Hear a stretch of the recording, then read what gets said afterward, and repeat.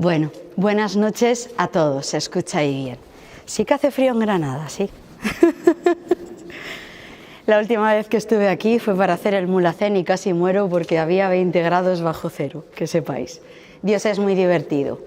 Ahora me trae aquí a esta iglesia y no voy a estar sentada, no os preocupéis, voy a estar de pie luego. Ahora voy a empezar aquí sentada porque quiero comenzar pues trayendo un poco o trayéndoos, igual que yo misma me traigo cada día, a la realidad.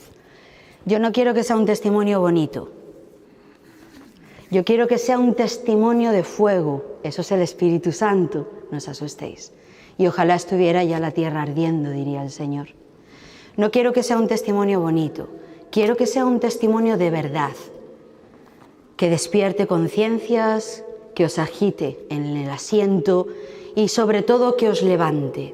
Y os levante a dos cosas que es a lo que quiero invitaros a todos. Os levante a la unidad. Es el tiempo para la unidad de los cristianos y es especialmente el tiempo para la unidad de los católicos detrás del Papa Francisco en unión con él. Y la segunda invitación que vengo a haceros es que una vez puestos en pie, conociendo la verdad del aborto, seáis capaces incluso de entregar vuestra vida por defender la verdad. Esas son las dos invitaciones que traigo. ¿Por qué son estas dos invitaciones? Porque España, mi país y vuestro país, está revuelto. Está revuelto políticamente hablando, está revuelto socialmente hablando. Creo que este es el tiempo donde este testimonio está más necesitado, más luminoso, más esperanzador, más lleno de misericordia y de amor que nunca antes. Cuando vemos cómo desde el Senado de los Diputados, los que nos representan, suben a el Lambón y hacen discursos sin, quiero pensar, medir siquiera las palabras de lo que están vomitando en el nombre de las mujeres y del bien de la sociedad de este país, España. Cuando los escucho se me desgarra el alma. ¿Y por qué? Por dos motivos. Ahora porque pues siento una pena y una tristeza muy grande. Y me trae recuerdos de lo que yo fui. Yo hablaba con las mismas palabras, identifico las mismas mentiras, identifico todo perfectamente. Es el mismo discurso, solo cambia el traje del que lo vomita. Y también sé perfectamente qué hay detrás de todo eso. Eso es lo que más me desgarra el alma, porque no aman a las mujeres. Y hoy, que una vez de que conocemos a Jesucristo, estamos llamados a amar. Hoy más que nunca, las mujeres, las que han abortado, las que están a punto de abortar, las que no han abortado y han continuado con su embarazo, necesitan amor y misericordia. Y sobre todo, esta sociedad, este país, España, necesita de la verdad, es urgente, es muy urgente. Voy a empezar con esto que es un poco diferente a cuando comienzo el testimonio, pero creo que es que uno tiene que ser flexible a lo que ocurre cada día. Eso es el Espíritu Santo en constante movimiento. Y hoy el movimiento me lleva a querer leer, por eso me he sentado, algo que he escrito esta mañana viniendo de Córdoba, donde estuve ayer dando el testimonio, donde ya hablé de lo convulso que está nuestro país, España, las leyes y el mal que acecha a las mentes oscuras y los corazones ennegrecidos de nuestros políticos, exactamente igual que estaba yo. Hay dos formas de ver la situación actual, y es que Dios nos dio inteligencia para leer los signos de los tiempos. No me lo estoy inventando, lo dice la palabra de Dios. Os invito a leer esa parte.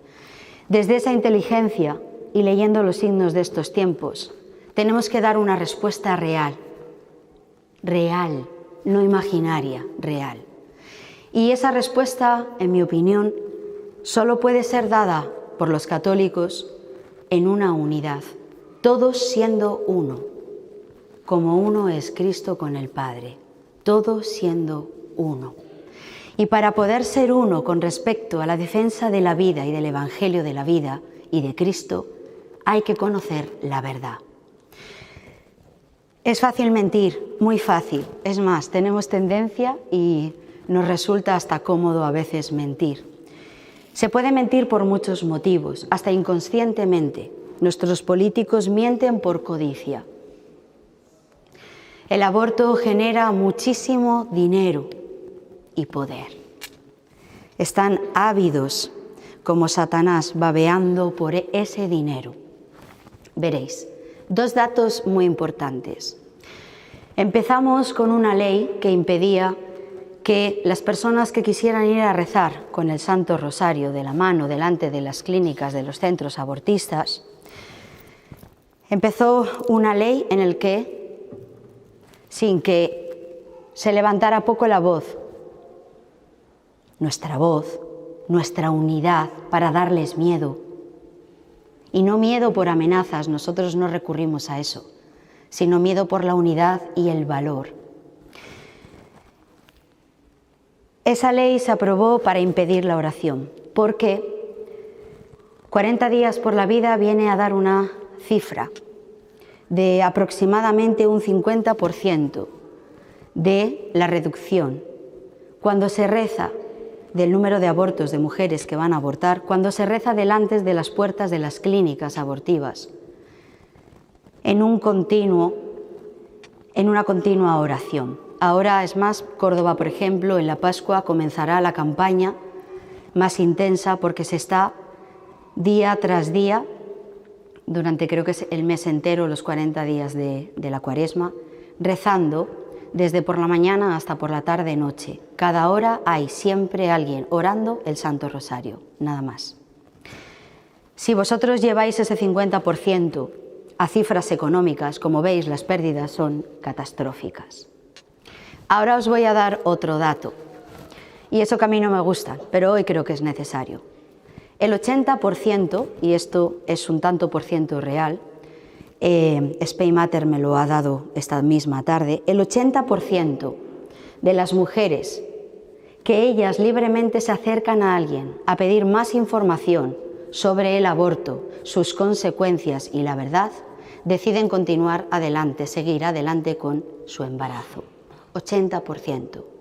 Si echáis cuentas económicas de lo que supone el 80% de dinero, creo que ya estáis entendiendo de qué va esta historia.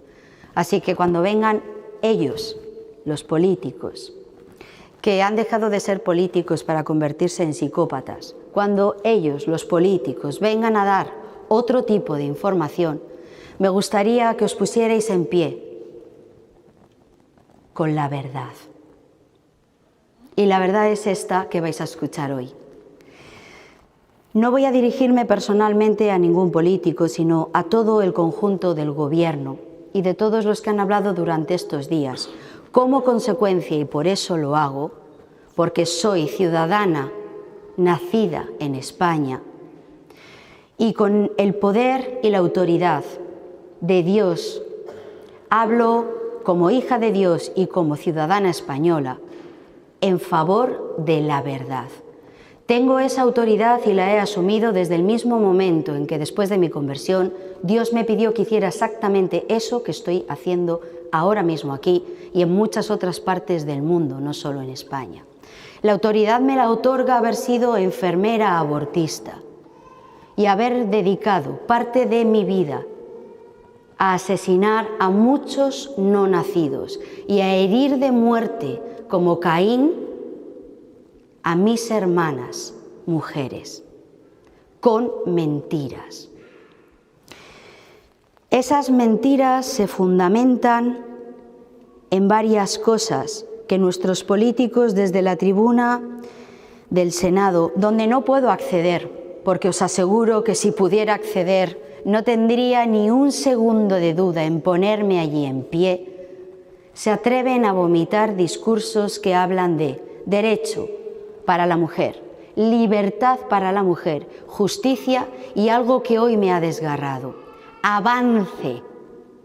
Todo esto está ocasionado porque una comunidad autónoma, Castilla y León, bajo un hombre, un político, que me da igual el nombre y que me da igual el partido político, ha decidido ejercer con todo su derecho un protocolo de información sin renunciar y sin expulsar fuera el protocolo obligatorio con toda mujer que está embarazada.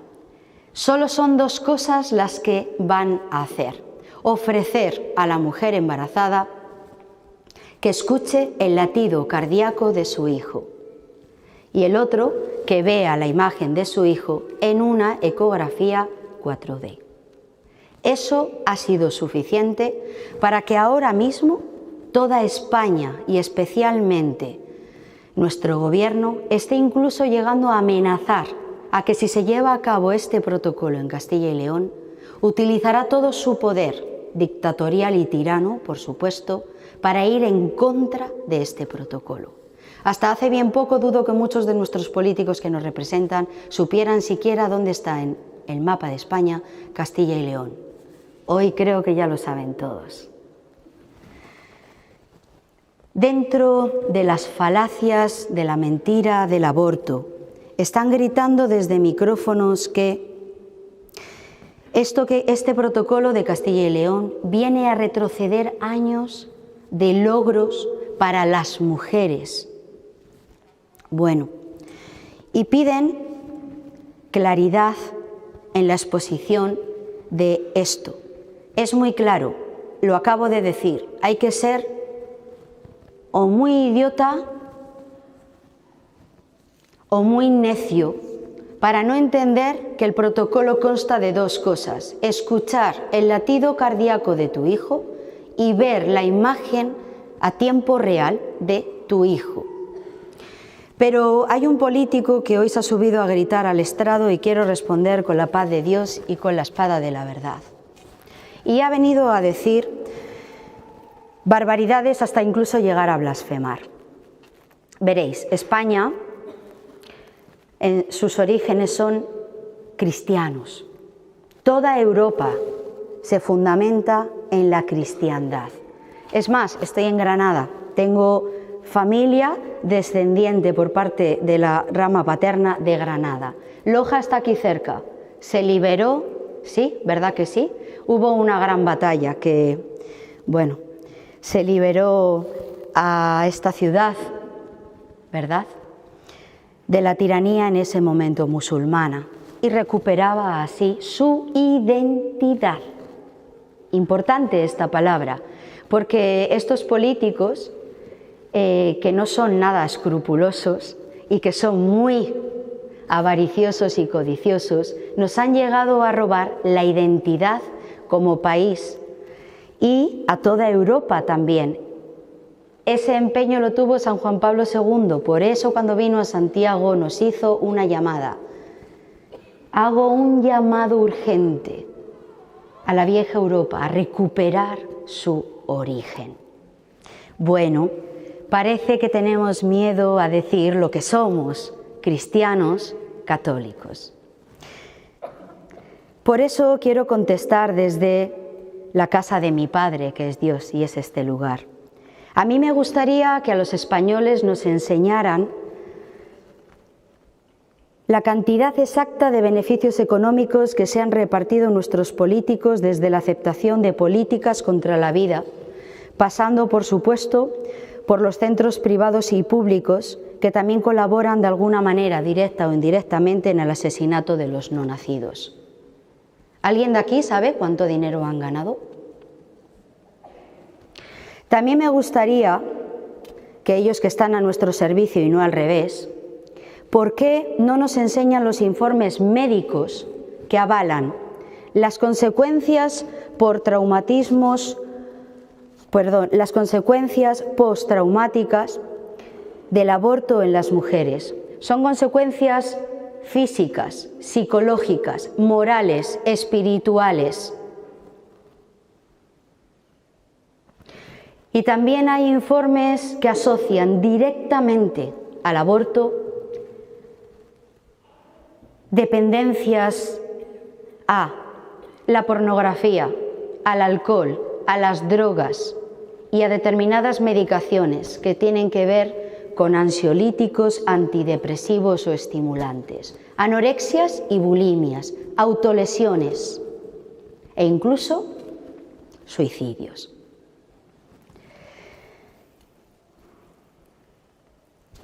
A mí también me gustaría que dijeran si insinúan o ya es cierto que la práctica de la fe católica aquí en España, que se desarrolla por medio de la oración entre otros signos, ha dejado de ser un derecho y por lo tanto una libertad que recoge nuestra Constitución de la libre práctica religiosa. Si ha dejado de ser un derecho y una libertad, me gustaría que nos lo dijeran así, sencillo y claro, para saber a qué atenernos. También me gustaría pedirles, por favor, que nos dijeran cuál es el miedo que tienen a 4 gatos puestos con la oración del rosario delante de los centros abortistas. ¿Cuál es el miedo que tienen a ese 80% de mujeres que deciden libremente no abortar? Me gustaría también recordarles que la verdadera capacidad de decisión de una mujer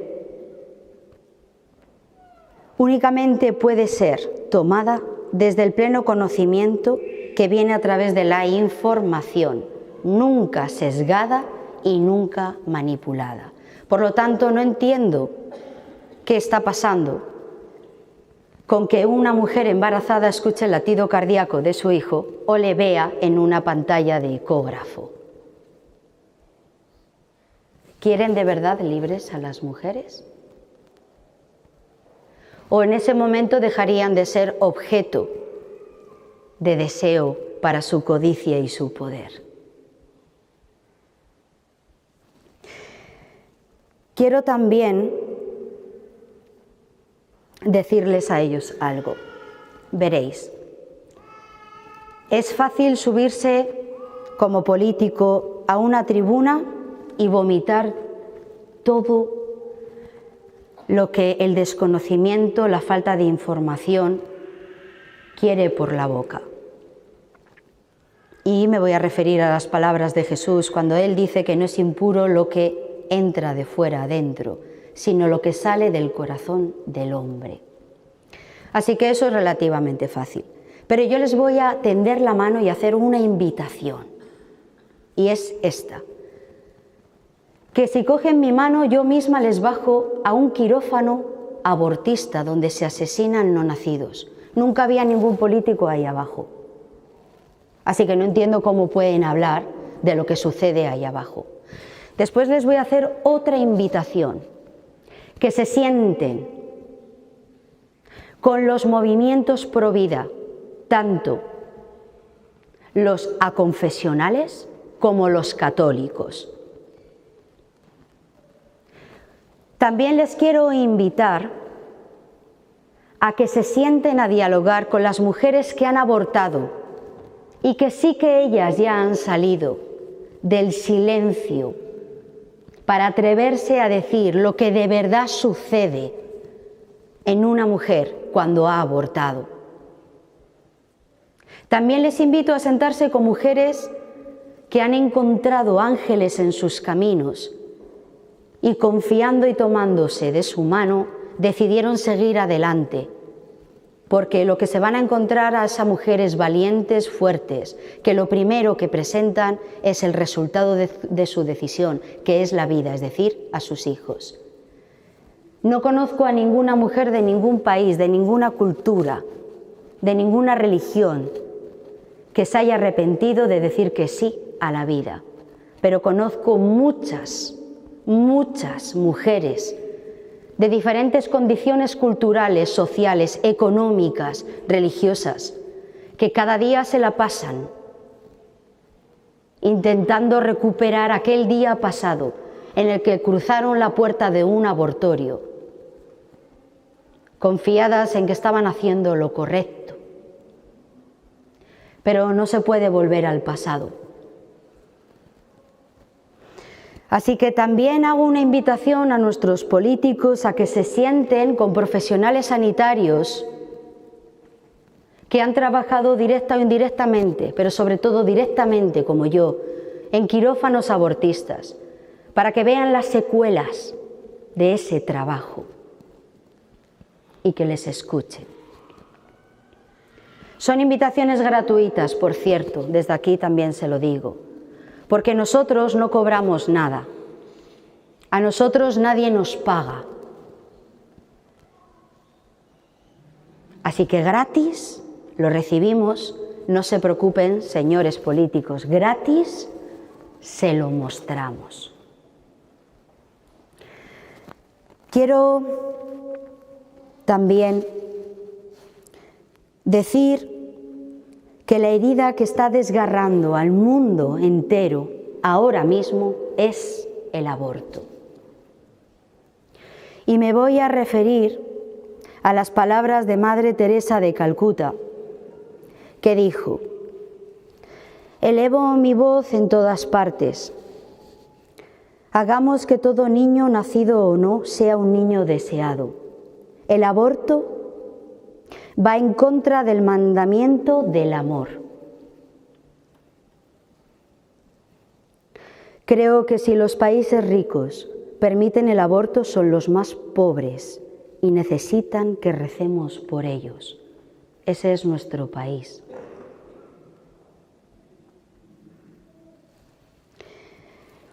Para mí, dijo Madre Teresa de Calcuta, las naciones que han legalizado el aborto son las más pobres. ¿Le tienen miedo a un niño no nacido? Y por eso el niño tiene que morir. Al abortar, la madre no ha aprendido a amar. Al abortar, la madre no ha aprendido a amar. Yo no sabía amar. Nuestros políticos no saben nada del amor. Por eso hay que enseñárselo. La madre no ha aprendido a amar y ha tratado de solucionar sus problemas matando a su propio hijo. A través del aborto se le envía un mensaje al padre de que no tiene también, así, que asumir la responsabilidad del hijo engendrado. Como veis, el aborto afecta a la mujer y al hombre. Olvidado también por nuestros políticos, el hombre. Un padre así es capaz de poner a otras mujeres en esa misma situación. De ese modo, un aborto puede llevar a otros abortos. He conocido mujeres que han llegado a abortar hasta 17 veces. El país que acepta el aborto no está enseñando a su pueblo a amar, sino a aplicar la violencia para conseguir lo que se quiere. Es por eso que el mayor destructor del amor y de la paz es el aborto. Jesús dio su vida por amor a nosotros.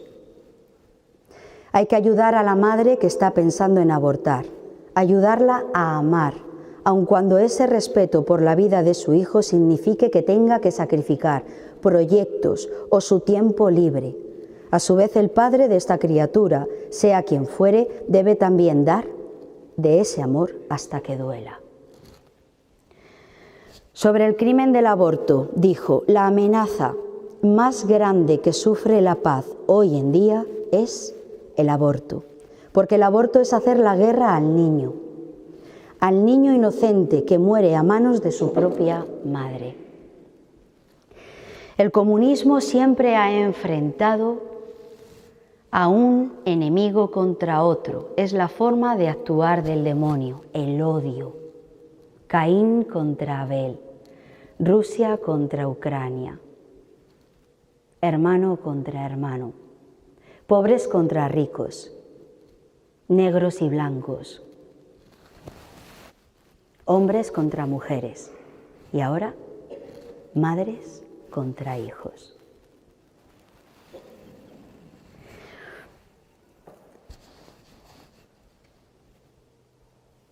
Dijo San Juan Pablo II, para liberar al hombre contemporáneo del miedo de sí mismo, del miedo de sí mismo, del miedo del mundo y de los otros hombres, y del miedo al no nacido, para liberar al hombre de los poderes terrenos y de los sistemas opresivos. España está bajo un sistema opresivo.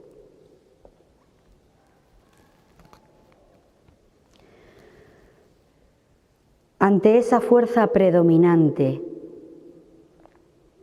para ser liberado de todo síntoma de miedo servil, muchos cristianos viven bajo la opresión del miedo servil. Dijo San Juan Pablo II,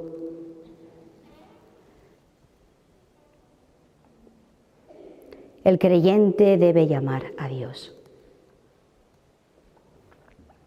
Es necesario desearle que lleve y cultive en su propio corazón el verdadero temor de Dios. Que ayer San Pablo nos decía que nosotros teníamos un espíritu de valor, no de temor. Y por eso ayer San Pablo nos llamaba a ponernos en pie.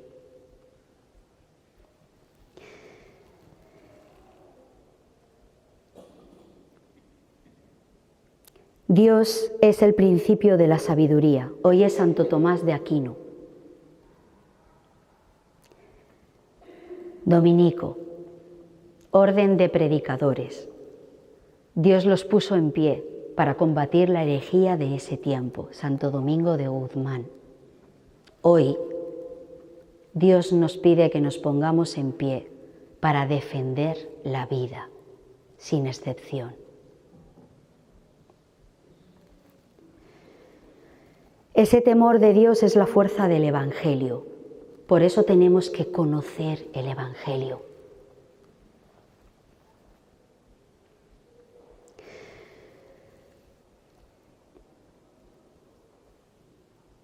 Es temor creador, nunca destructivo. Genera hombres que se dejan guiar por la responsabilidad, por el amor responsable. Genera hombres santos, es decir, verdaderos cristianos. No son otros los santos. Todos estamos llamados a la santidad.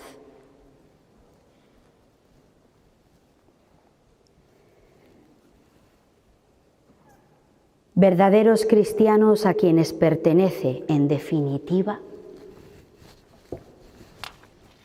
el futuro del mundo. El futuro del mundo. ¿Creéis que os pertenece el futuro del mundo? Yo sí lo creo. Y el futuro del mundo incluye a nuestros hermanos que todavía están en el error y en la oscuridad y en los valles de muerte. Ciertamente, dijo San Juan Pablo II, André Malraux tenía razón cuando decía: el siglo XXI será el siglo de la religión o no será en absoluto. No ser en absoluto es no tener futuro.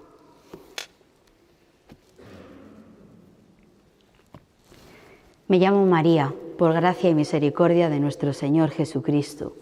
Nací con el nombre de Amaya, en el País Vasco, aunque mis raíces son granadinas y castellanas. ¡Guau! Cuando en la adolescencia decidí echar a Dios de mi vida, ya hice una primera apostasía desde el corazón. No le necesitaba y quería caminar con las corrientes de ese momento. Entraba con fuerza en España el feminismo y venía con el paquete completo, a favor del aborto, a favor del divorcio porque no se cree en la familia como base de toda sociedad y en contra, con odio feroz a la Iglesia Católica. Si me hubieran dado una espada y no la de la verdad, sino de metal, creo que se hubiera decapitado a todos. Eso es lo que sucede exactamente ahora. Engañados, con mentes oscurecidas y con una terrible herida que asola a nuestro mundo, que es la falta de amor. Nos salimos al mundo a gritar muy alto y por eso parecíamos más. Por eso también ellos parecen más. Cuando me hago feminista, por supuesto, y lucho por esos derechos y libertades, sale en el 2000 un trabajo muy importante para mí, ser en un quirófano una enfermera abortista. Así que a partir de ese momento, así funciona, ya no puedo estar sentada. No sé cómo se apaga este, perdonadme. Ah, ¿no se apaga solo? A ver si funciona. ¿Sí? Bien, ya, ahora. Señor, perdón. No tengáis en cuenta, no sé si lo han retirado, pero no tengáis en cuenta que el Señor está detrás en absoluto, Él está delante. Espero, si no a mí me va a ir mal. Me convierto en una enfermera abortista. ¿Qué hace una enfermera abortista? Bueno, es sencillo. En la medicina todos son protocolos. El protocolo de una enfermera abortista es impedir problemas. ¿Por qué?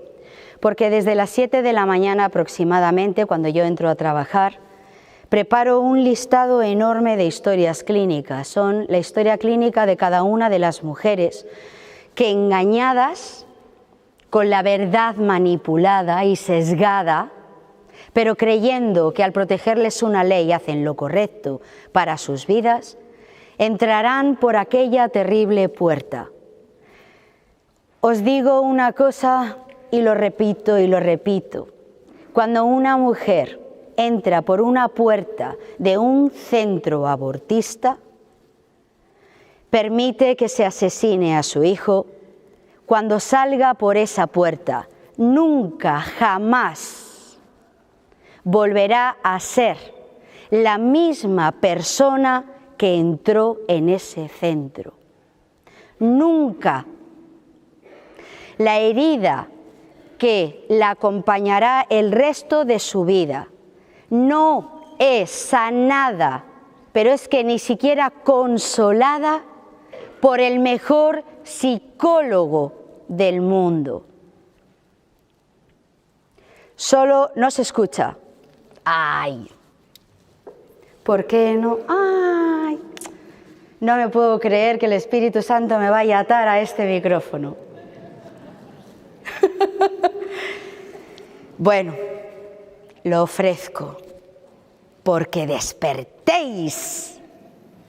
Solo Dios, que es amor y misericordia, tiene el bálsamo para acariciar con ternura esa herida.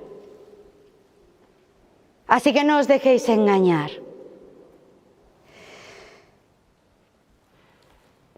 Como enfermera, en esas historias clínicas que tenía que preparar desde las 7 de la mañana hasta que a las 8 comenzaba a recepcionar conmigo para llevar a ese quirófano cada 7 o 10 minutos a una mujer. Podéis echar los cálculos, solo un centro en Bilbao, de lunes a jueves, de 8 a 2 o 3 del mediodía aproximadamente, a una media mínima de 300 euros hasta 1.000 euros dependiendo del número de semanas de gestación, podéis echar las cuentas. Dinero. Somos tan viles que los pecados no cambian. Dinero, dinero. Es codicia lo que se esconde, avaricia y poder, por supuesto, poder. Bueno, el equipo se compone de un ginecólogo que dejó de ser médico hace tiempo porque se convirtió en un asesino. Porque eso dejó de ser un quirófano para convertirse en un matadero. Ya sé que os estáis preguntando, entonces, ¿qué os pasa? Pues que enloquecemos, porque Satanás enloquece, porque el mundo engaña y atrapa, y porque tu egoísmo te mueve a cosas viles. Dime qué miras y te diré en qué te acabarás convirtiendo. Cuando dejamos de mirar a Jesús crucificado, nos dejamos de convertir en amor, en bondad, en ternura, en misericordia. Pero hay que mirar a alguna parte. Se mira al mundo y el príncipe de este mundo hoy es Satanás. Así que le servimos. Pero Él se encarga de que no tengamos esa plenitud de conciencia. La tengo ahora. Por eso hay que clamarla, proclamarla, predicarla. Por eso hay que evangelizar. Se evangeliza con alegría, pero con verdad, con caridad, pero con verdad. Se condena el pecado, pero se abraza al pecador. Se corrige al hermano y se le invita a venir al camino de la verdad.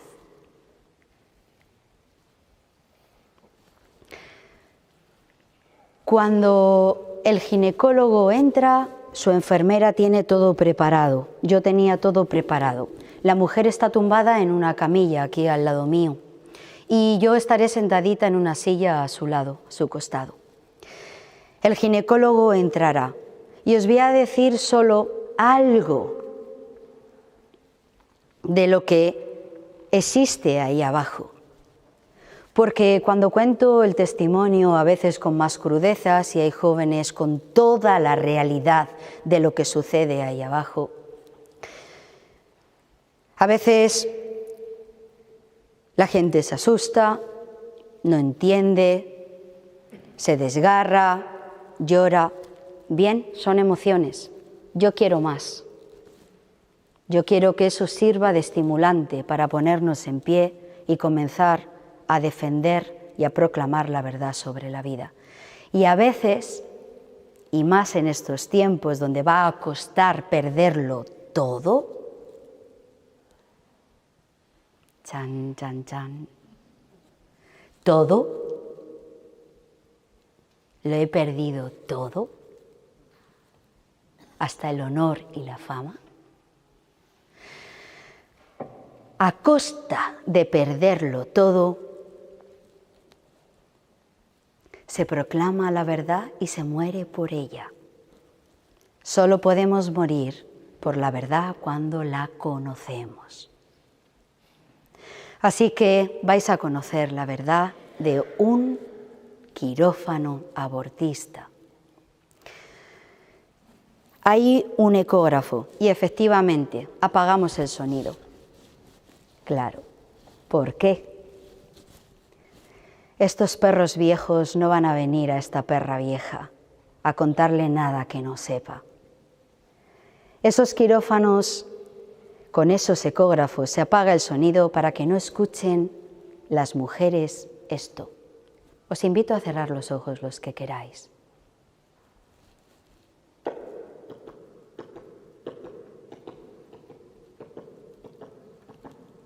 Es el latido cardíaco que se oye perfectamente por un ecógrafo en la 6ª semana de gestación. La 6ª semana de gestación para una mujer no es nada. Tiene que darse cuenta de que tiene la primera falta, luego tiene que echarse las manos a la cabeza si no era lo que esperaba. Luego empieza a ponerse un poco triste y a entrar en pánico dependiendo de la edad, de las condiciones, de su momento y situación actual de vida. Cuando se quiere dar cuenta, en su vientre suena esto. Es su hijo o su hija. Lo digo porque este movimiento feminista que defiende la vida de las mujeres y grita ni una más, se sustenta sobre los cadáveres de miles de niñas que no llegarán nunca a ser mujeres, porque otras mujeres las han asesinado. Señora Irene Montero, ¿cómo llamamos a esto?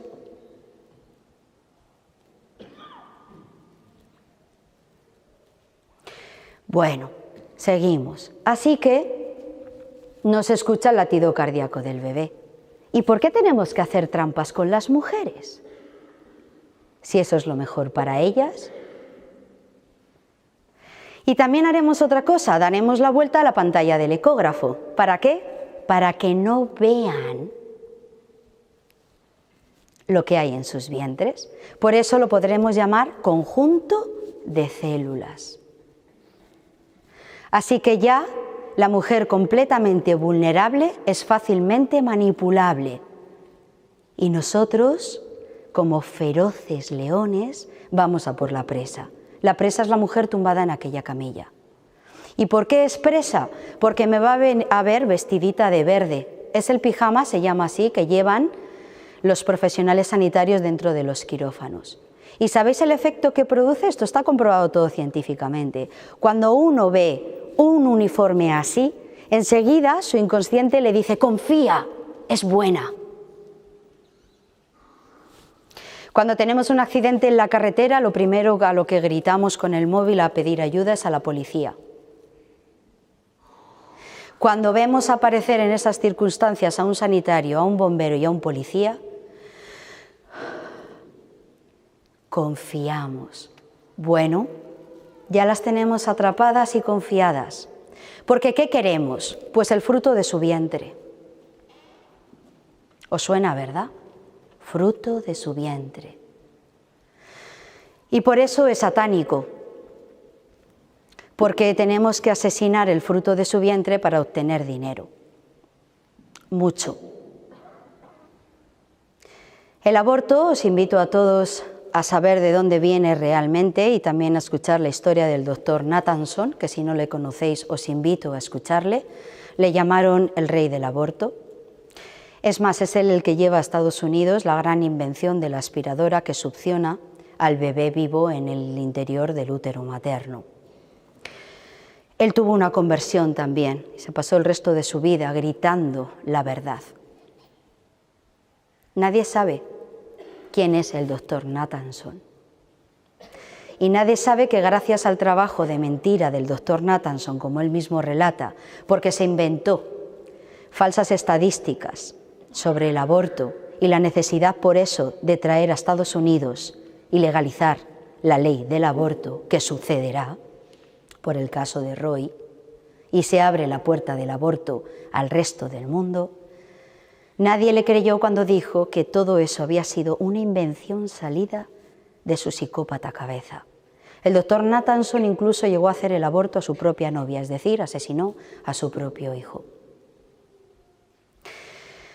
Cuando a día de hoy se siguen utilizando las mismas estadísticas, a día de hoy se siguen utilizando para aprobar las leyes del aborto en los países, las mismas conclusiones y reflexiones. A día de hoy, Pero el 23 de junio del año pasado, se revocó esa sentencia. No sé si ustedes lo saben, pero es muy necesario que sepan estas cosas. El Tribunal Constitucional de Estados Unidos declaraba inconstitucional la ley del aborto. Iba en contra del principio de la enmienda de Estados Unidos de la protección de la vida y del derecho de los no nacidos. Sorpresa. El 23 de junio del año pasado estábamos celebrando el Día del Sagrado Corazón de Jesús. Lo digo porque también es importante ver de dónde está viniendo el auxilio, y es del cielo. Bueno, así que, ¿qué instrumentos se utilizan? En el año 2000 unos hierros, que todo esto que os voy a compartir nunca lo ve la mujer, por supuesto. Está cegada, ¿os acordáis? La hemos cegado y también la hemos ensordecido. Ahora la vamos a amordazar para enmudecerla. Así que yo seré la encargada de enmudecerla. Me pedirá coger esta mano muchas veces las mujeres que se tumban allí. He tenido el placer de conocer mujeres que han abortado y siempre han venido a contármelo de la siguiente manera. Yo fui una de esas mujeres que pidió coger tu mano. No es real, no estaban en aquella camilla y en ese centro. Fueron mujeres de camillas de otros centros del mundo entero que pidieron la mano de esa enfermera. ¿Sabéis el motivo? Porque cuando empecé a dar el testimonio, yo quería saber del otro lado de las mujeres que se tumbaban en aquella camilla. La respuesta unánime de todas ellas es porque tenía la esperanza de que en el último momento esa enfermera me levantara de aquella camilla. Tengo la triste noticia de deciros que hice muy bien el protocolo de mi trabajo, porque conmigo no se levantó ninguna mujer de aquella camilla. Yo las hundí más en aquella camilla. Cuando entra el ginecólogo va a hacer su trabajo muy rápido. ¿Por qué? Porque urge en esa industria asesina y cruel despedazar rápidamente el objeto de codicia, que es el bebé en el útero materno, para pasar otra y otra y otra y otra y otra. Se produce sangre en el suelo, entre las piernas de la mujer, en la camilla, en mi ropa, en mis zuecos. El médico, muchas veces, yo tengo que ver eso, se tiene que poner un delantal que es exactamente igual al que utilizan para despiezar a los animales en los mataderos, junto con una careta transparente para que los restos de sangre y restos humanos, biológicos del bebé, no le penetren en los ojos, en la nariz o en la boca. El bebé está vivo y tiene una agonía de aproximadamente 7 o 10 minutos. En el mejor de los casos, si el médico es certero, morirá al principio. No suele ocurrir. Así que morirá muy al final de esos 7 o 10 minutos, en una agonía y en un acto desesperado de huir, porque tenemos instinto de supervivencia.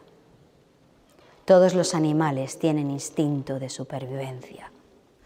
El bebé, su instinto de supervivencia será elevarse a la parte más alta del útero de su madre, de su tripa, para que los hierros que están entrando vía vaginal no le den, no le golpeen, no le desgarren.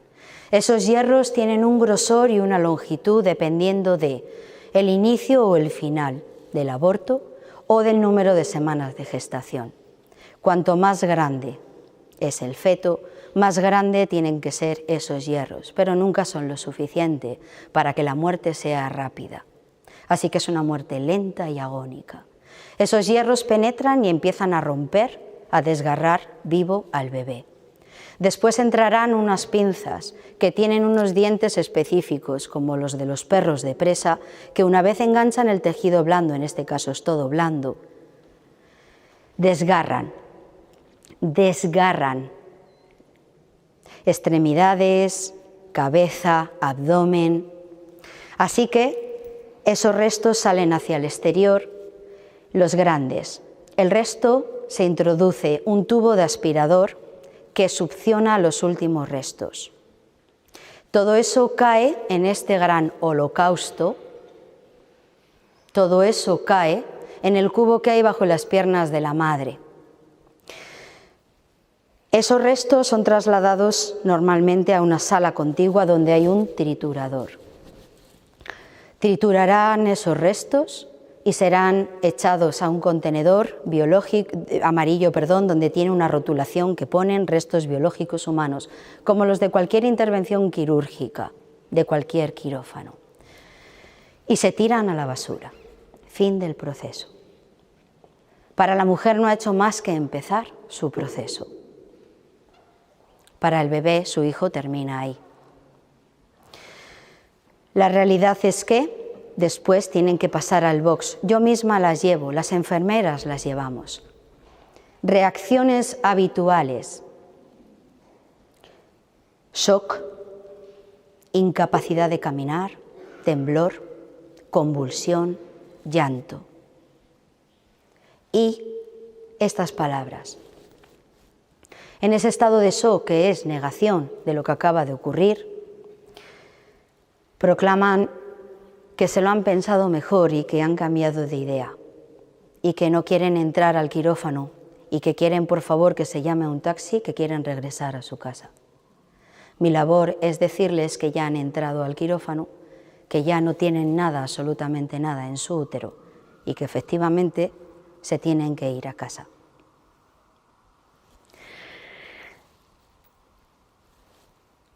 Para mí no acaba ahí el trabajo, después hay que limpiar todo lo que queda.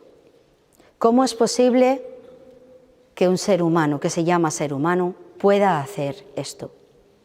Pues porque ha dejado de tener conciencia. Así que dejamos de ser seres humanos y nos convertimos en cosas inferiores a las bestias. Esa es la verdad. Pero este testimonio está lleno de una gran esperanza. ¿Por qué? Porque vendrá Dios. No vendrá un psicólogo, no vendrá un psiquiatra, no vendrá mi razón, no vendrá mi observación, no, vendrá Dios, que es el único que nos puede sacar de este infierno, porque yo estaba en el infierno. Solo estaba, mejor dicho, tocando un poco lo que es el infierno. Ese infierno del que habla nuestro Señor Jesucristo, que es la segunda muerte, la muerte eterna, que no es más que la ausencia de Dios, que es la ausencia de amor. Es a donde yo me iba directa de cabeza, pero no lo sabía o no quería saberlo. Por eso Dios utiliza algo en mi vida, una circunstancia. Yo llevaba casada aproximadamente, llevaba casada y de novia con mi esposo aproximadamente 28 años de mi vida. Me casé por la Iglesia Católica, a pesar de que yo era atea convencida, por supuesto, por complacer. Confundimos complacencia con amor. Así que para complacer me casé por la Iglesia Católica. Por lo tanto, hice una abominación contra un sacramento como el esponsal. Tampoco era consciente. En ese momento tomé esa decisión porque tenía miedo a perder lo que creía tener. Pasarán años para perder eso que vendrá el 11 de enero del 2017. En ese momento yo llevaba una vida de todo lujo. Profesionalmente me había dedicado ya más de 10 años a la fisioterapia, que es la carrera que acabaré terminando de hacer en Barcelona. Y empezaré a caminar por el mundo consiguiendo todo lo que el mundo dice que tienes que tener para ser feliz. Así que ganaré mucho dinero, profesionalmente tendré muy buena reputación, era muy conocida en el País Vasco y en muchas partes de España. Pasaban por mis manos de fisioterapeuta familias enteras. Así que las marcas de diseñadores que se anhelan estaban en mi vestidor. Las joyas, los perfumes, los zapatos, los bolsos, el coche, la casa y aparentemente una vida perfecta. Yo aparentemente era perfecta. Además, me había introducido hacía años en el mundo del deporte. Competía en carreras de ultratrails. Las carreras de ultratrails son carreras de montaña, por eso aquí vine la última vez a hacer el mulacén entrenando. Son carreras de montaña que transcurren desde el viernes a la noche hasta que llegas, que suele ser en la madrugada del domingo. Yo competía en la distancia de 120 kilómetros de montaña. Era la única manera, a mí me dio por ahí, de mitigar el dolor interior que tenía y que no conseguía calmar ni acallar con nada. En ese momento también empiezo a caminar en todas las cosas de la nueva era, buscando desesperadamente algo que me consolara y me diera paz. Fijaos cómo iba a hallar paz con las palabras de Madre Teresa. Yo llevaba toda una guerra en mi interior, de cada no nacido que había pasado por aquel quirófano. ¿Cómo hallar paz? Por eso, en ese estatus de vida, mi esposo me abandonó. El 11 de enero es cuando me dice adiós. Y mi ídolo, que era él, en quien había puesto mi esperanza, mi confianza, mi todo, se marchaba por la puerta. Caí desolada. Solamente los hombres y las mujeres que han pasado también por este proceso de abandono, incluso hijos abandonados por sus padres, conocen y reconocen el dolor de esta herida. Es la otra terrible herida de estos tiempos. Por eso es del demonio y lo dijo la Virgen en Fátima. Fátima, apariciones marianas aprobadas, por supuesto, por la Iglesia Católica. No me estoy inventando nada. Fátima. El demonio vendrá por la destrucción de la familia y vendrá a devorar a la familia. En nuestro país ya no se puede decir la palabra familia, ya no son esposos. Han hecho una invención que soy incapaz de repetir porque ni siquiera lo recuerdo. Así que ya estaba todo destruido en mí. Y ese león rugiente, que es el demonio, pues vino a cobrar su presa. Era mi alma, porque este juego, y no es de tronos, este juego va de almas. Ese es el tesoro. Y vino a por mi alma. Se aprovechó de esa angustia, ese dolor, ese sufrimiento, y que yo estaba destruida contra el suelo, para decirme 3 cosas que repito, porque se escuchan demasiado a menudo y no sabemos cómo combatirlas. Por eso el suicidio es una de las primeras causas de muerte en nuestro país, aunque no lo digan. Me dijo 3 cosas sencillas. Estás sola. Cierto, me quedé sola. Eres mala. Cierto, solo tenía que echar un repaso. Y nadie te quiere.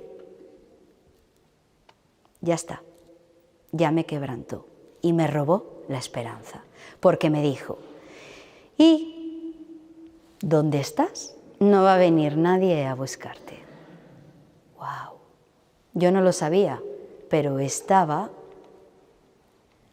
tapando al Salvador. No va a venir nadie a rescatarte, a salvarte. Y me lo creí. Así que dije, pues, ¿qué tengo que hacer? Y la voz susurró fácil, quítate la vida. Culminación de un plan perfecto, satánico del mundo y carnal. Ya están los 3 enemigos de los hijos de Dios. Cuando me fui a levantar del sofá para quitarme la vida, como la tenía preparada en mi cabeza, Dios utilizó a uno de mis perros. Yo no tengo hijos, no tuve hijos, porque dentro de mi brutal egoísmo, de mi yo, no había lugar para los hijos. No solamente había matado a los hijos de mis hermanas, sino que yo misma había asesinado, diciendo que no, a mis propios hijos. Me cerré a la vida. Cuando me fui a levantar, como os digo, uno de mis perros es lo que Dios utilizó. Siempre cogía perros vagabundos de la calle.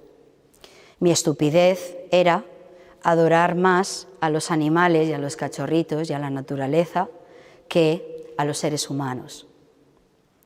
Por eso la incongruencia y la incoherencia de quien puede pasar de un quirófano abortista o hablar sobre la legalidad del aborto o a sacar leyes para defender a los perros, salvar a las ballenas, abrazar a los árboles y un sinfín de estupideces, porque el ser humano, si no se le para, no tiene límite de estupidez.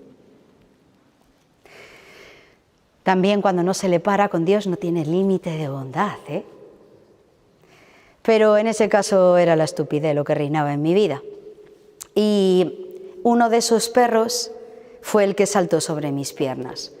Recuerdo perfectamente que en esos momentos donde yo estaba en plena actividad deportiva compitiendo, hay en mi haber algunos podiums, por cierto, así que tenía también mucha vanidad, uno de esos perros impidió que yo me levantara de aquel sofá, porque pesaba toneladas. No me podía mover. Os aseguro que estuve más de 2 horas batallando con aquel animal. Era tal la influencia de quitarme la vida de aquel espíritu inmundo que susurraba aquí. Hoy Santo Tomás de Aquino también nos viene a decir que batallamos con un mundo que no vemos, espiritual. Se introducen por la mente para descender al corazón y materializarse en obras. Mente, corazón, obras. Ese espíritu inmundo, invisible a mis ojos, como dice el credo, para que veáis que no me invento nada, es importante, creo en lo visible y en lo invisible. Ese espíritu inmundo, de ese mundo invisible, con fuerza susurraba que me quitara la vida. Así que no pude mover a ese perro ni medio milímetro de mis piernas. Es lo que Dios utilizaba para que me quedara dormida. A veces dormirnos es maravilloso. Dejamos a Dios hacer. Eso es como cuando te anestesian en un quirófano para que te puedan operar. Pues Dios me anestesió para que no me hiciera daño y me quedara dormida. Tenía otro plan y lo iba a llevar a cabo. De toda la eternidad, Él me había pensado y soñado para este tiempo y para este testimonio y para esta batalla. Cuando despierto, recibo una llamada de teléfono de un gran amigo nepalí que había dejado en Nepal, Katmandú en concreto, porque ya había estado allí haciendo alta montaña, himalayista, la cordillera del Himalaya. Me llamó para preguntarme si podía ir a ayudar porque había habido un terremoto, así que habían quedado aldeas aisladas a las que solo se podía acceder caminando con gran peligro y necesitaban profesionales sanitarios. Así que cerré mi consulta, lo dejé todo y me marché. Me despedí de las pocas personas que me quedaban, mi padre y mi madre, la familia. Más buena, mejor, peor, la familia. Me despedí porque pensaba no regresar nunca. Así que me fui con 2 pensamientos en mi cabeza. Uno, por supuesto que no iba a regresar, que ayudaría en lo que se me había pedido y cuando terminara la ayuda me quitaría la vida. Allí hay muchas grietas maravillosas, pensé, en las que descansar, en paz. Combate espiritual.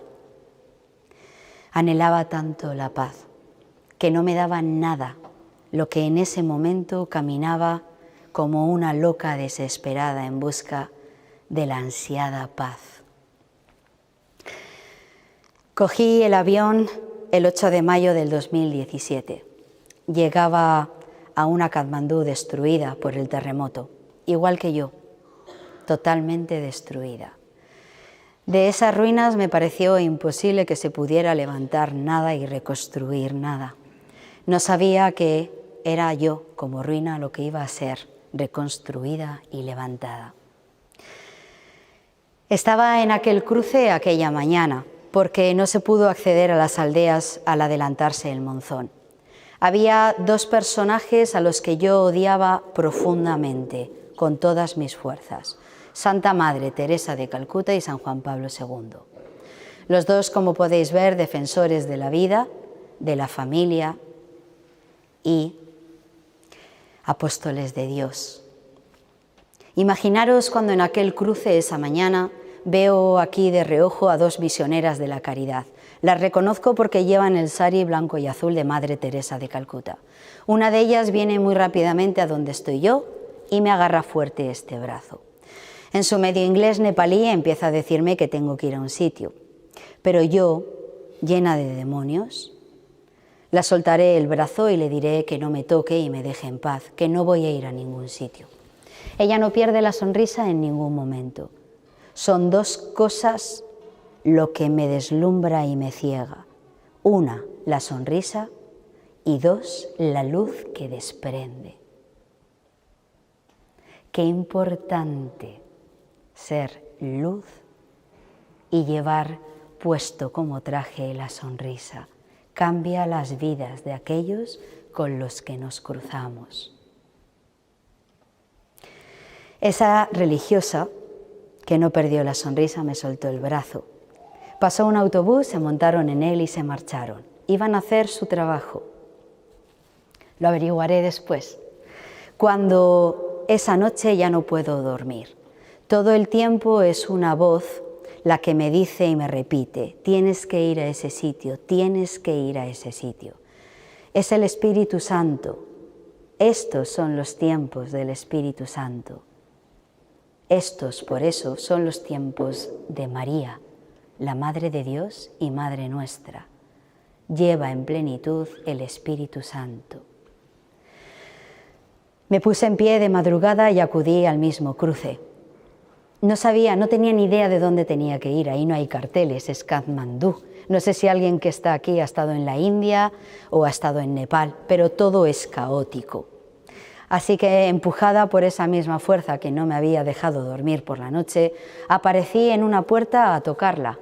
Era una verja marrón, oscura, fea, sucia, deprimente, imaginaros. Cuando me abre una monjita, la misma que me había parado en aquel cruce esa anterior mañana. Con la misma sonrisa, no, todavía era más pletórica. Con la misma luz, no, todavía brillaba más. ¿Cómo era posible eso? Cuando me abre la puerta solo abrió un poquito así. ¿Por qué? Porque tenían un poco de miedo. Yo llevaba detrás de mi mirada al infierno entero. Así que abrió un poco. Le pregunté por qué me había parado en aquel cruce, que me dijera el motivo y ella siguiera con su vida y yo con la mía. Así le dije. Ella sonrió mucho y me dijo, no, ¿vas a venir mañana? Y yo le dije, no, dice, sí. Vas a venir a las 6 de la mañana y vas a venir a las 6 de la mañana porque empezamos con la Santa Misa. Recuerdo que cuando dijo la Santa Misa casi me sale un sarpullido por el cuerpo. Esa era yo. A la que le dije, ella sonrió más, ¡pum! Y me cerró la puerta en todas las narices. No lo iba a volver a repetir. Maravillosa. Qué fe viva, ¿eh? Porque ellas se fueron a rezar para que esa mujer que llevaba el infierno volviera al día siguiente por el Espíritu Santo. Pero le dijeron, oye, pero encárgate tú ahora, ¿eh? Y eso hizo el Espíritu Santo, os lo aseguro, porque al día siguiente estaba allí a las 6 menos cuarto de la mañana. No tenía ni idea a qué, pero esa fuerza no la podía parar. Bueno, fui engañada. Todos tenemos un punto débil por el que el Espíritu Santo nos puede engañar. El mío fue la curiosidad de saber por qué me había agarrado a aquella monja del brazo. Fijaros qué tontería. Y le salió bien. Me senté en el suelo donde me dijeron, no me castigaron a mí en el suelo, no creáis. Es que en una capilla de Madre Teresa de Calcuta no hay bancos, solo hay una alfombra azul en el suelo y hay algún banquito para reposar las hermanas más mayores, aunque son tan sufridas que creo que no usan nunca esos bancos. Eran 9, con sus 9 saris blancos y azules, y me metieron en aquella sala pequeñita.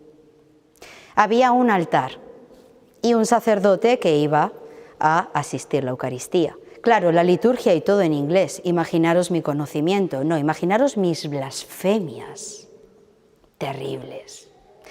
Así que me senté allí donde me dijeron y lo primero que pensé son, ¿qué hacen para tener el sari tan blanco? Cuento esto para que os riáis, por supuesto, me encanta.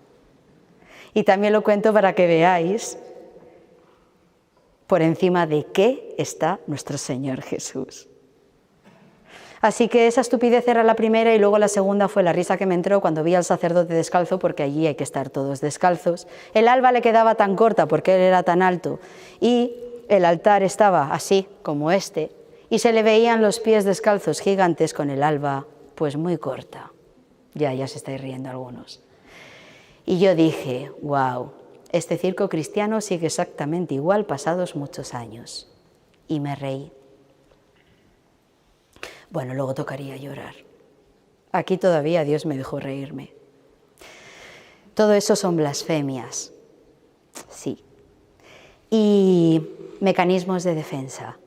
Nos reímos de aquello que no entendemos o que nos da miedo.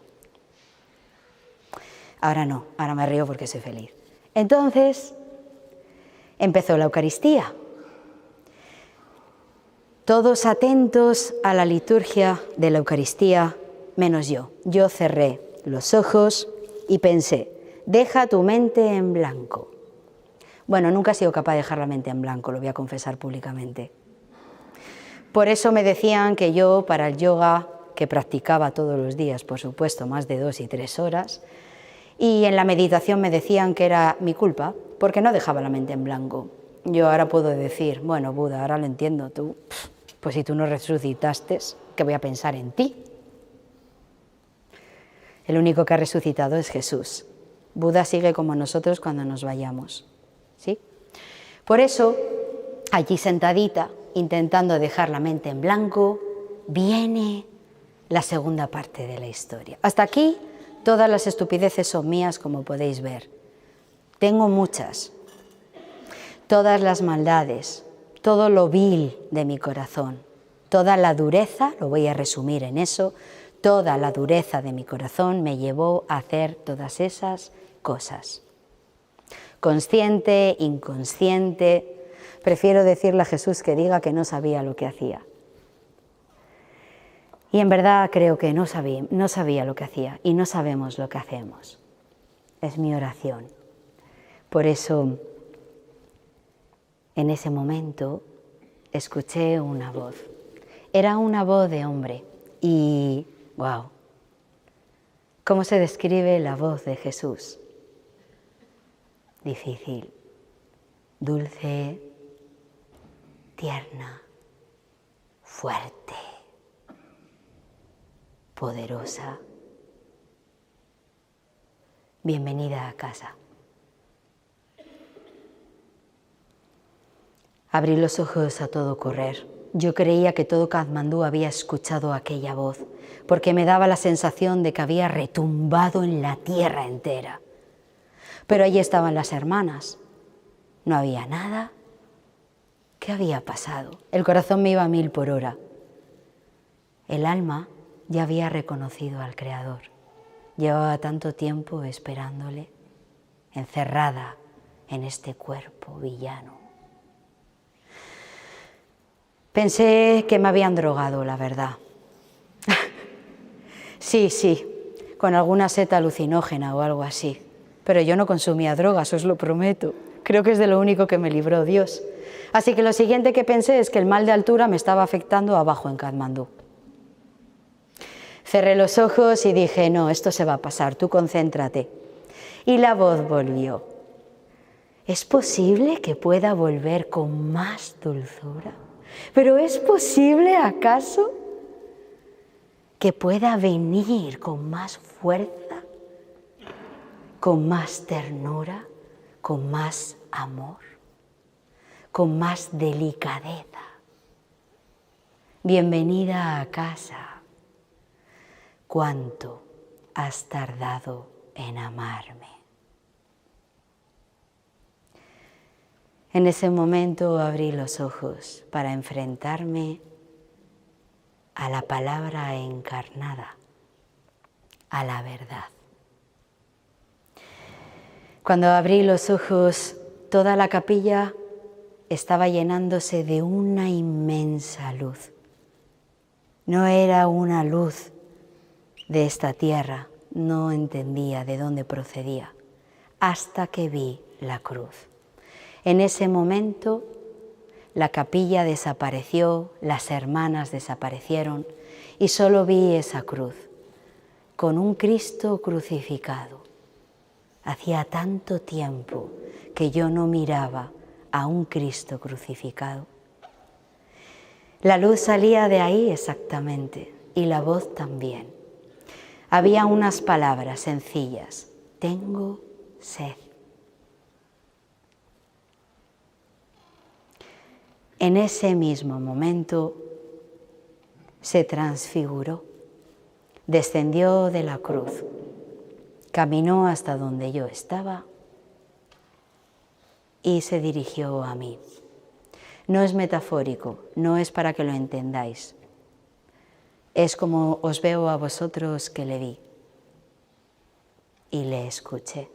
Por eso soy testimonio y cuento lo que vi y escuché. No estoy para convencer a nadie. Estoy para proclamar la verdad del resucitado. Descendió de la cruz, caminó hasta donde yo estaba y yo ya estaba de rodillas. Algo me había empujado a caer de rodillas. Ya estaba en actitud de adoración, de quebranto, de humildad. Así que la sonrisa más hermosa que vais a contemplar, o que ya la habéis contemplado por medio de un hermano, por medio de un bebé, en la adoración, en un sacerdote, en vosotros reflejados en el espejo. Esa sonrisa es la que yo contemplé por unas décimas de segundo más. Los haces de luz eran Él. Traspasaba mis oscuridades y echaba a mis demonios. Allí, el Maestro puesto en pie. Cuando resucitó al tercer día, dicen las Escrituras que se apareció a más de 500 testigos. Cuando caí de rodillas, yo ya sabía a quién estaba viendo. Él da la gracia para saber y entender. Él. Y comprendí perfectamente que estaba en mi juicio personal. Así que creí que ese era el último día de mi vida. Ahí se acababa todo. Dios mío. Cuando me iluminó mi conciencia y empecé a ver toda mi vida. Yo no os puedo transmitir el dolor que sentí, la pena de haber desperdiciado toda mi vida. Yo no os puedo decir el fuego que arde, que es el del purgatorio, quemando todo lo que era pecado en mí, blasfemias, idolatría, mentiras, asesinato, lujuria, impurezas, soberbia, vanidad, codicia. Rompí a llorar al ver su mirada, porque Jesús, de todas las cosas que me podía haber reclamado, lo único que me dijo era que había tardado mucho tiempo en amarle. ¿Cómo os explico la voz nostálgica de Jesús por cada una de nuestras almas cuando no decidimos dejarnos amar por Él y amarle? Es ahí cuando rompo a llorar. Solo le pido perdón. Será también otra gracia que necesito en ese momento. Y solo le pido perdón. Yo no me excusé de nada, yo no me justifiqué y yo no culpé a nadie de nada de lo que había sido la película de mi vida. Yo solo le pedí perdón. Solo y todo. No sabía que esa era exactamente la llave que abre ese corazón que es todo misericordia y amor. En el momento que empecé a llorar y a pedir perdón, vi que esa sonrisa ocupaba el universo entero. Toda la creación estaba parada, contemplando el milagro de Dios que volvía a bajarse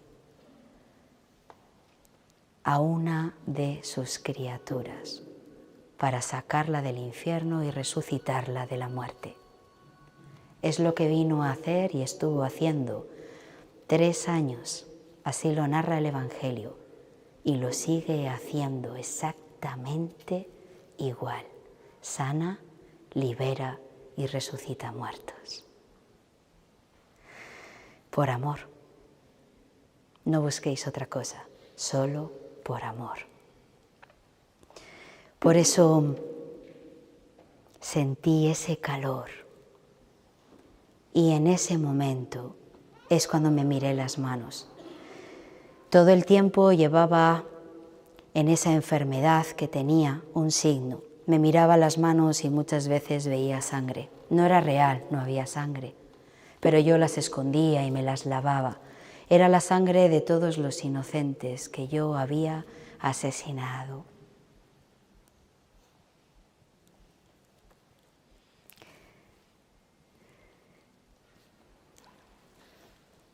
Es en ese momento cuando volví a ver sangre, solo que esta vez era la sangre del Cordero. Era la sangre de Jesús crucificado, que promete y que entrega toda su sangre aun cuando una sola gota hubiera valido para redimir a toda la humanidad. Él dio toda su sangre. Era el calor que yo estaba sintiendo para escuchar cómo mis manos volvían a ser nuevas. El único que hace todas las cosas nuevas, todas las historias nuevas, todas las vidas nuevas, es Jesús de Nazaret. Me hacía nueva. Yo solo lloraba de una inmensa alegría. Lloraba y lloraba. Sentía en ese momento que estaba salvada.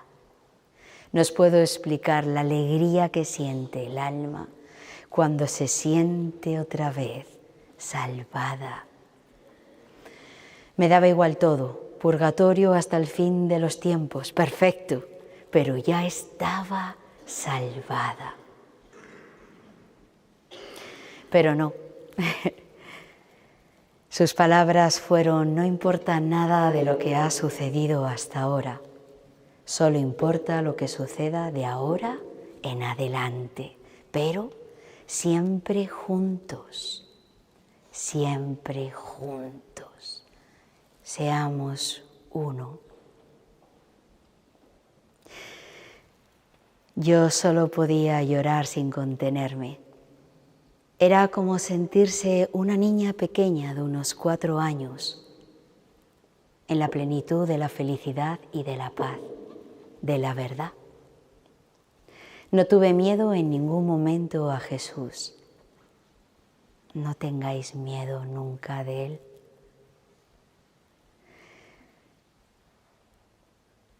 Sonrió y se despidió. Y en ese momento era como si me hubieran vuelto a desgarrar. No era posible que ahora que estaba en casa volviera a donde. Yo ni siquiera ya recordaba la tierra. ¿Cómo era posible eso? Cómo ya lo único que quería, buscaba, anhelaba era estar con Dios. Eso es lo que vais a vivir, cada uno de los que estáis aquí y de los que no están aquí, sin excepción, el día que seáis llamados por Jesús de Nazaret. Ese día se nos pedirá una única cosa: las heridas que llevamos por amor y las obras de amor y misericordia que portamos en nuestras manos. Nada más tendrá peso en ese juicio, nada más. ¿Eso nos puede llevar a casa o no? yo quiero ir a casa, porque ya he estado en casa. Ese día era 23 de junio, día del Sagrado Corazón de Jesús. Ese día yo estuve en el Sagrado Corazón de Jesús. Ese día me colé, porque así lo quiso Él, por la llaga de su costado traspasado por aquella lanza. Ese es nuestro hogar. Por eso trabajamos para amar, por amor y con el amor cada día de nuestra vida. Cuando se marchó y se llevó la luz, abrí los ojos y era como si también me hubiera llamado del sepulcro donde llevaba muerta mucho tiempo. Sal. Así que me puse en pie y vi a las hermanas alrededor de mí. Lloraban de alegría. ¿Qué había pasado en el otro lado? Lo que a mí me pareció un instante con el eterno, en la eternidad, en casa. Había sido 3 horas en aquella capilla. Alrededor de mí había un charco enorme de agua, todas las lágrimas que había estado llorando mientras suplicaba misericordia. Me puse en pie de un salto y yo solo gritaba: he estado en casa, he estado con el Maestro, Jesús está vivo y me ama y me conoce, sabe de mí. Y me ha dado una segunda oportunidad. ¿Sabéis lo que sentí ahí? Que mi corazón de piedra por primera vez, ¡pum!, latía. Se me concedía un corazón nuevo y un espíritu nuevo. Por eso, como hueso seco que había sido, se me ponía de nuevo en pie. Las hermanas habían visto que un fuego caía sobre aquel cuerpo, que creyendo ellas que se moría, se llenaba del fuego del Espíritu Santo. Así que en ese momento se pusieron a orar para que por intercesión de Madre Teresa de Calcuta, lo que fuera que estaba sucediendo con aquella alma, sucediera acorde a la voluntad de Dios y llevara a cabo su proyecto y su plan, fuera lo que fuera. Escucharon 2 palabras en oración. Una, de Dios nuestro Padre, que habla. Por eso nuestra fe habla de diálogo, no de monólogo. Hablamos a un Dios vivo que responde siempre, sin excepción. Decirle a mi hija cuando la ponga en pie que la doy una tierra nueva y un nombre nuevo, María. Por eso desde ese día yo me llamo María. Muchos años después, hace bien poco, descubrí que fui bautizada en la Iglesia Católica, en mi hogar, el 28 de diciembre, el Día de los Santos Inocentes. Así que, escogida, me pongo a proclamar la verdad por toda la tierra, hasta el confín del mundo. La verdad sobre la vida y sobre el amor, que es Jesús, siempre es Jesús. Hablo de misericordia para que empecemos a transformarnos en misericordia. Este mundo solo se salvará por el amor y la misericordia. No hay más armas. Y para transformarnos en amor y misericordia existe el Santo Rosario, el arma al que tienen tanto miedo los que están todavía en el otro lado. La oración, a lo que os invito, el deseo de santidad, a lo que os llamo,